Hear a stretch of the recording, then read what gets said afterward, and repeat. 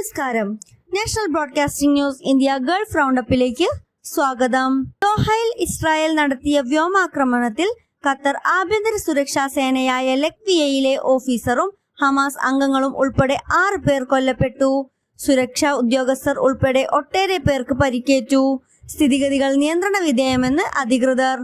ഡ്യൂട്ടിയിലായിരുന്ന corporal bother Saad Muhammad അൽ ഹുദൈമി അൽ ദോസരിയാണ് കൊല്ലപ്പെട്ട ലഗ്വിയ officer. ഹമാസിന്റെ ഗാസയിലെ മുൻ തലവൻ ഖലീൽ അൽ ഹയ്യയുടെ മകൻ ഹമാം ഖലീൽ അൽ ഹയ്യയും ഹമാസിന്റെ 4 നെഗോഷിയേറ്റർമാരുമാണ് കൊല്ലപ്പെട്ട മറ്റുള്ളവർ. ആക്രമണത്തിൽ പരിക്കേറ്റവരിൽ സാധാരണക്കാരും സുരക്ഷാ ഉദ്യോഗസ്ഥരും ഉൾപ്പെടുന്നു. പരിക്കേറ്റവർ ആശുപത്രികളിൽ ചികിത്സയിലാണ്. ഇലക്ട്രിക് പറക്കും വാഹനത്തിന്റെ ആദ്യ പരീക്ഷണ പറക്കലിന് റാസൽ ഖൈമ സാക്ഷ്യം വഹിച്ചു.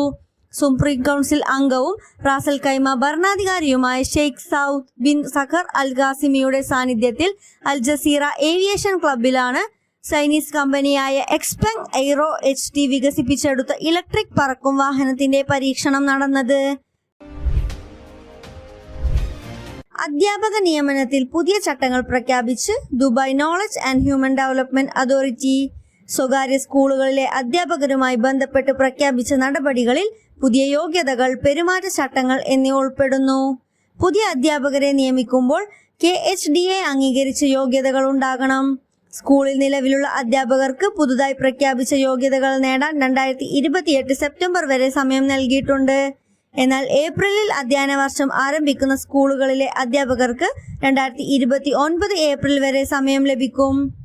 കൂടുതൽ അപ്ഡേറ്റ്സിനായി കാത്തിരിക്കുക. National broadcasting news India. നന്ദി.